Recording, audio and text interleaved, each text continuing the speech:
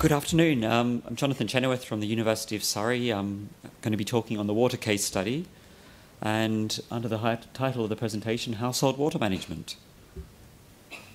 And as we also, Alma will be taking over and presenting the more exciting bits, which is the results we've got so far, as opposed to me introducing the topic. Just a quick presentation structure.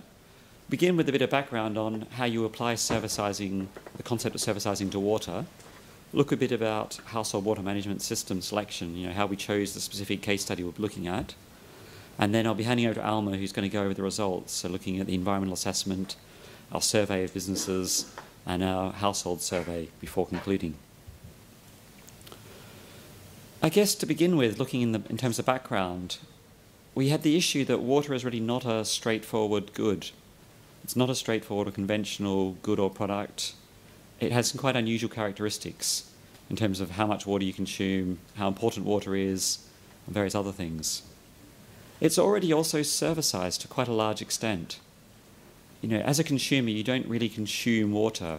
What you really do is change its quality.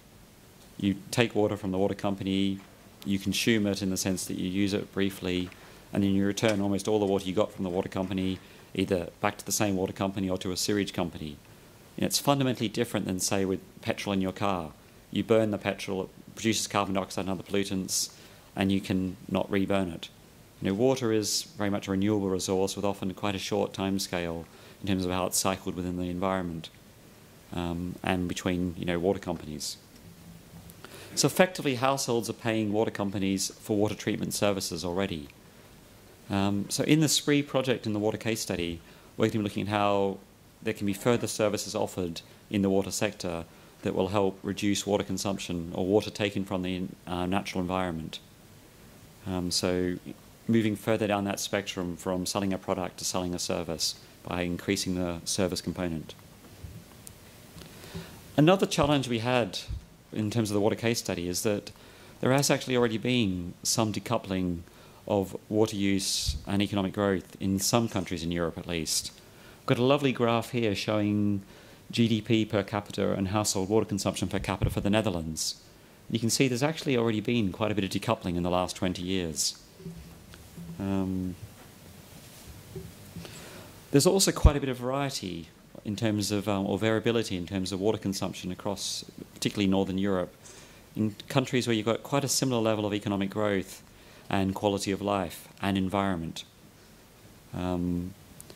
So it does suggest that there is scope for further decoupling of water in these countries. There's no inherent reason why somewhere like Belgium should or can use far less water than, say, the UK. They've got very similar economies, similar standards of living, similar environments. You don't need to lavish water on your garden in either country, unlike, say, in parts of southern Europe. So we've already got decoupling to a certain extent. Part of the reason why this has occurred is because some household appliances like washing machines and toilets have become far more efficient in the last 20 or 30 years. A typical washing machine of today probably uses half the water per wash of one that your parents used when they were your age. Same with toilets. A typical modern toilet might only use 4 or 5 litres per flush as opposed to 20 litres of a generation ago. There's also been quite a lot of improvement done by industry. Industry is, in many cases, far more efficient at using water. So in the SPREE study then, the case study, we're looking at how can we achieve further decoupling by applying servicization, so increasing the service component in the water sector. We also want to look at how this decoupling impacts on quality of life and well-being. So not just GDP, but taking a bigger or wider understanding of society and well-being and growth, so to speak. Now we looked at a variety of options for how we could do further servicizing in the water sector. Came up with things like water management of farm lots or water management of private gardens, offering water filtering services, rainwater harvesting, grey water recycling. So there were a few of these we thought had a lot of potential. The 2 in blue we thought were interesting and had potential to actually bring significant water savings if widely applied. And also the 1 in red, water treatment and recycling systems for industrial facilities. We decided in the end not to look at the industrial facilities one, simply because that's already quite widespread across or many countries. A lot of industries do get, or particularly servicize effectively their water services or their water management that they're using. So we decided to look in more detail at grey water recycling and rainwater harvesting. And the reason being is they've got significant water savings that should be possible, and probably without also significantly impacting on quality of life and well-being. Whether your toilet is flush with drinking standard water or drinking quality water or grey water, it probably doesn't impact much on your sense of well-being or quality of life. It was also highlighted in an expert stakeholders meeting we held that these two areas, grey water recycling and rainwater harvesting, did have quite a lot of potential and were of interest to some of the key stakeholders in the water industry. And the other thing is that these two technologies, if implemented, have quite good scope for servicization. To really manage or to install a grey water system in your house and have it to effectively save you water, it does need regular servicing. It's not like just installing a new tap. You've got filters to clean, you've got to maintain the system. So there's good scope for increased servicization coupled with water savings and so on. So a grey water recycling system essentially collects water from either your showers, your sinks, your baths, and then you typically use it or reuse that water for flushing toilets and possibly garden watering. The amount of water you save very much depends on the precise details of the system. So you might have a little tiny tank under, say, a wash basin that's used for flushing the toilet, and it might not save very much water because it doesn't have very much storage capacity. At the other end of the spectrum, you could have quite a large tank, buried in your garden that might store, several weeks worth of water. And so you could have quite large savings, but obviously the cost of such system and the way the system is operated is more complicated. In terms of the level of treatment that you need, a very simple system with a very short residence time probably doesn't need much treatment. A large system where you're using the water for a greater variety of users, like garden watering, and the water is sitting there for a long time, will need some degree of treatment. So this is an example of a very, very simple system. And I think it's quite understandable how it works. You wash your hands, the water goes into the tank, and then next time you flush the toilet, you use that same water to flush the toilet. So it's a very short residence time and doesn't need much in the way of maintenance. The other system, or rainwater harvesting, the idea of this is you collect water from your roof, from balconies or even patio areas, and then you store it for, again, toilet flushing, garden watering. Particularly if you're only collecting from a fairly good source like your roof, you can use it possibly for clothes washing. It can be quite a high quality source of water, rainwater. In some countries it is actually used as a drinking water source with minimal or even no treatment. Certainly in places like rural Australia, it's one of the key sources for drinking water. In Europe, generally it wouldn't be possible to do that because of regulations trying to ensure that risk is minimised for the actual water users. It can have quite a high upfront cost, either system. And servicizing actually provides a really good means to actually spread those costs over a longer period of time and reduce one of the barriers to installing these systems or widespread adoption. So I've got a conceptual diagram here of two systems, or a grey water and rainwater harvesting system. So you can see there's a tank that collects water from, say, the wash basins upstairs, maybe the shower, and then saves it and you use it to flush the toilets around the house. You might have a small pump in there so you can flush toilets upstairs as well as downstairs, or you might not, depending on the precise system. And a typical system like that will store something like 100, maybe 150 litres of water. The system we plan to evaluate in the Spree project stores about 100 litres of water. So more or less enough to meet your household's daily flushing requirements, capturing the shower water. You can have a large combined grey water and rainwater harvesting system that could store as much as 3,500 litres of water. So this would typically be a large tank buried in your garden, or even two tanks in the system. And then you'd use that for toilet flushing, possibly clothes washing and other uses. And a system like that might save as much as half the household water use. So it can have a really big impact in domestic water consumption. with relatively little, noticeable impact on the actual quality of life and well-being of the user. I'm going to hand over now to Alma, who's going to talk about the results of this research so far.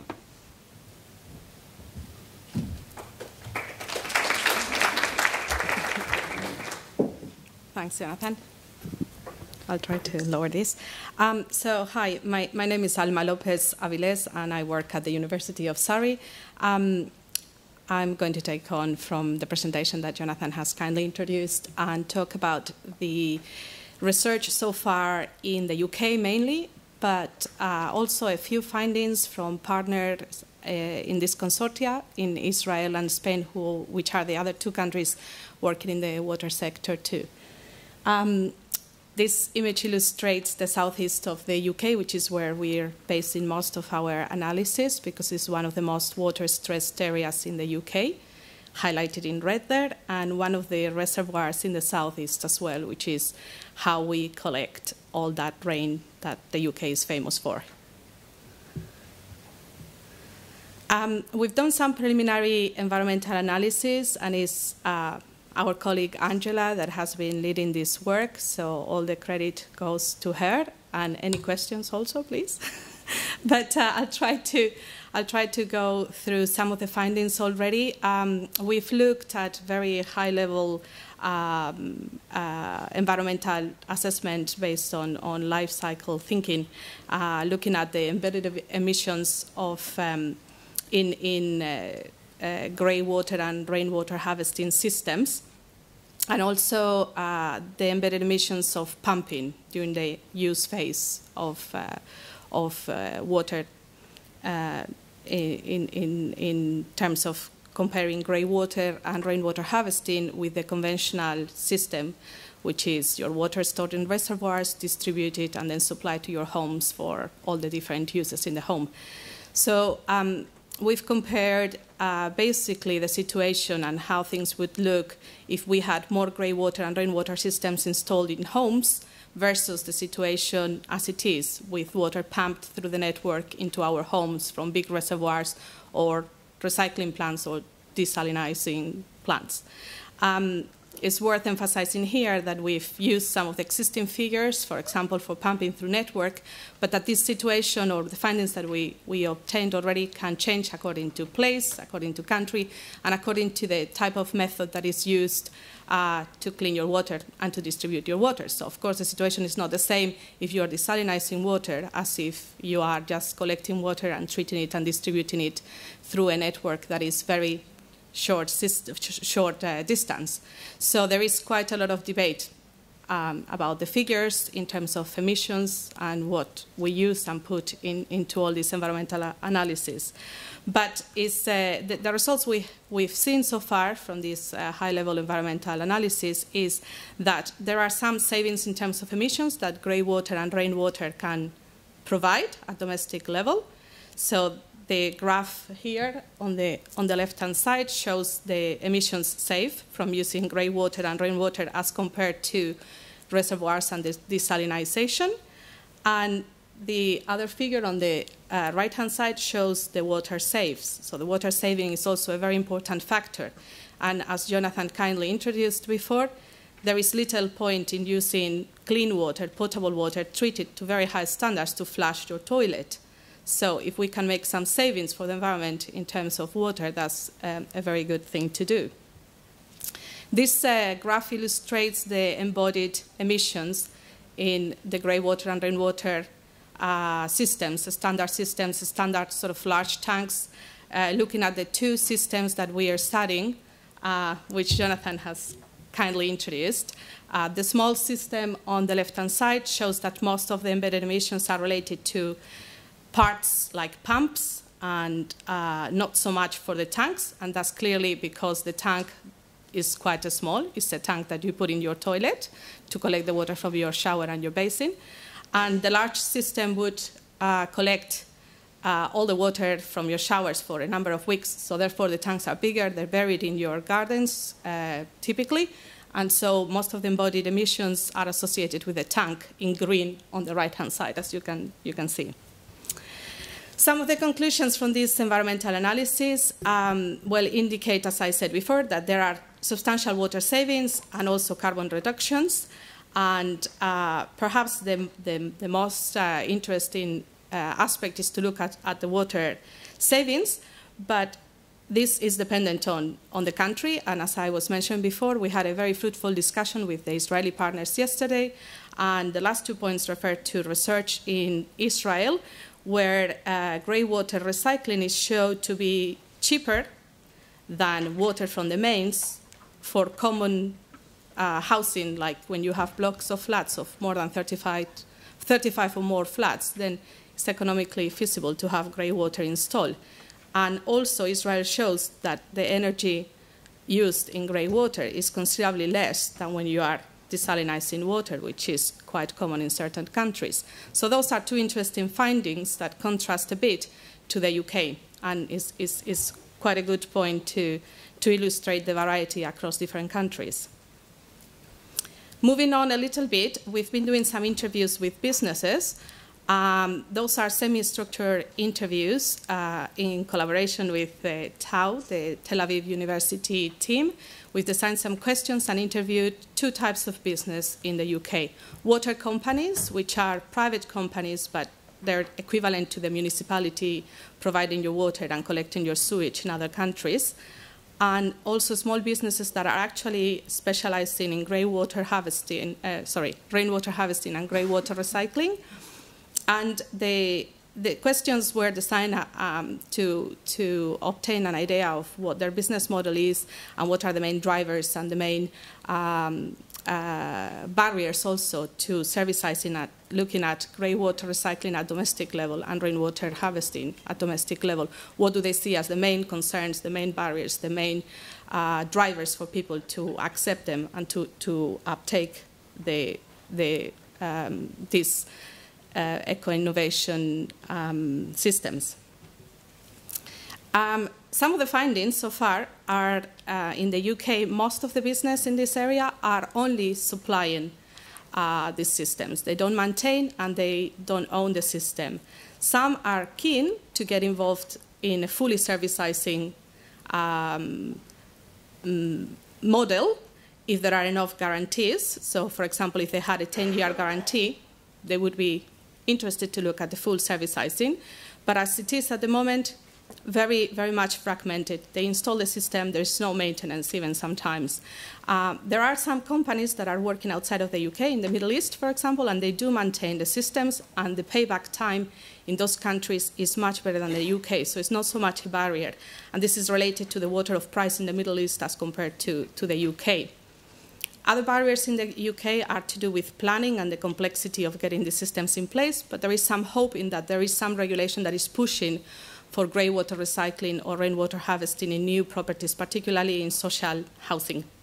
So that's the sustainable homes, the Code for Sustainable Homes that is listed here. Some of the customer drivers so far, interviewing small businesses, some of the customer drivers seem to be related more to environmental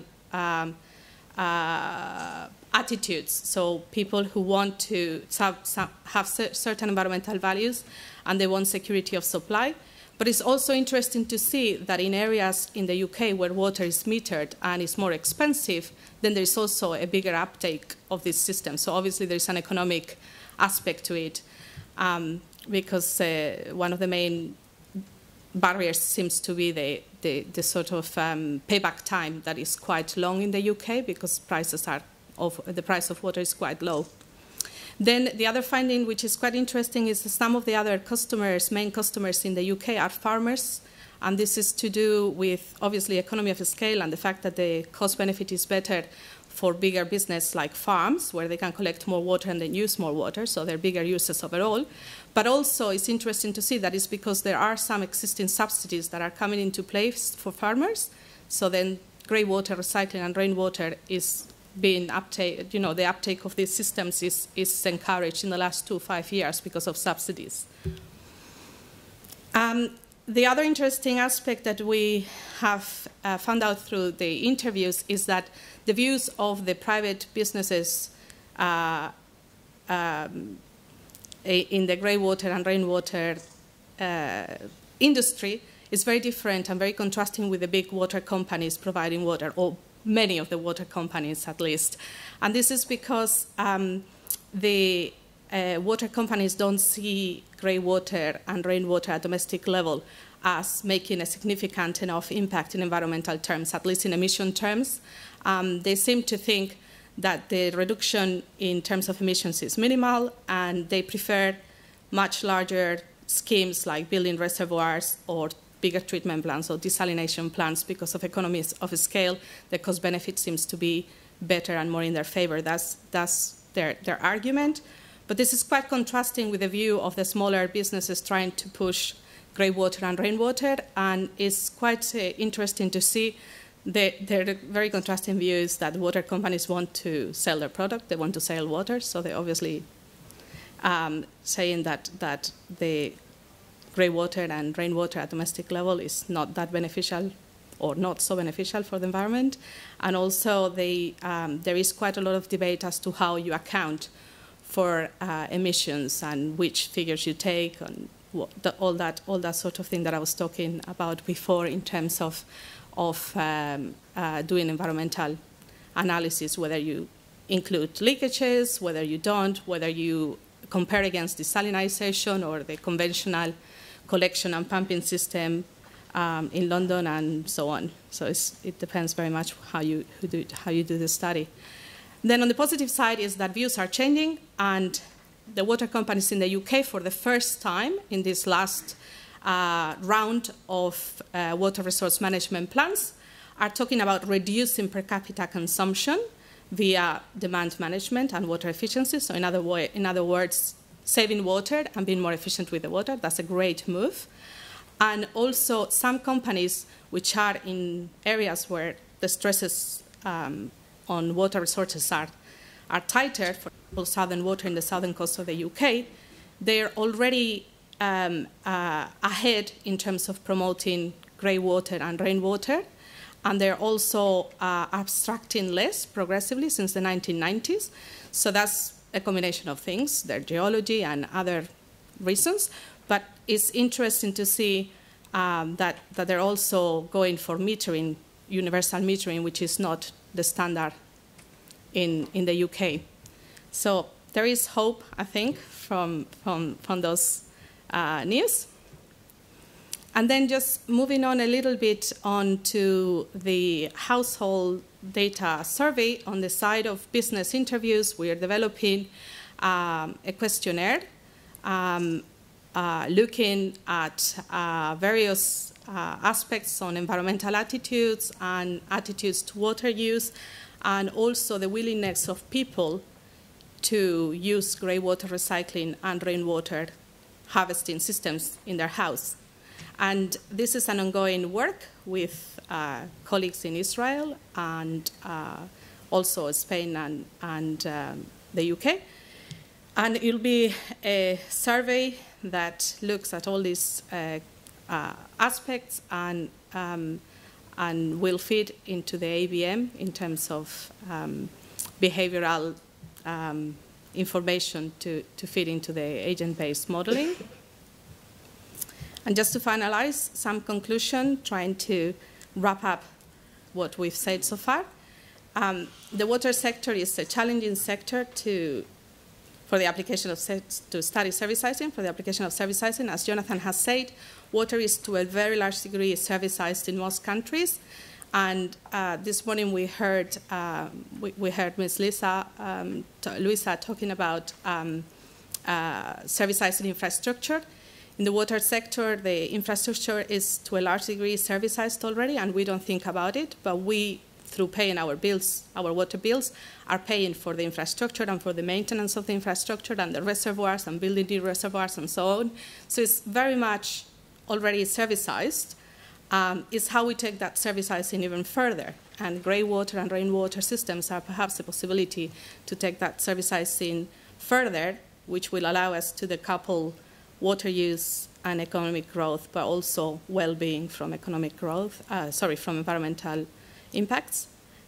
So that's where we leave it. And if you have any questions, you can ask Jonathan or any of us later in the break. Thank you.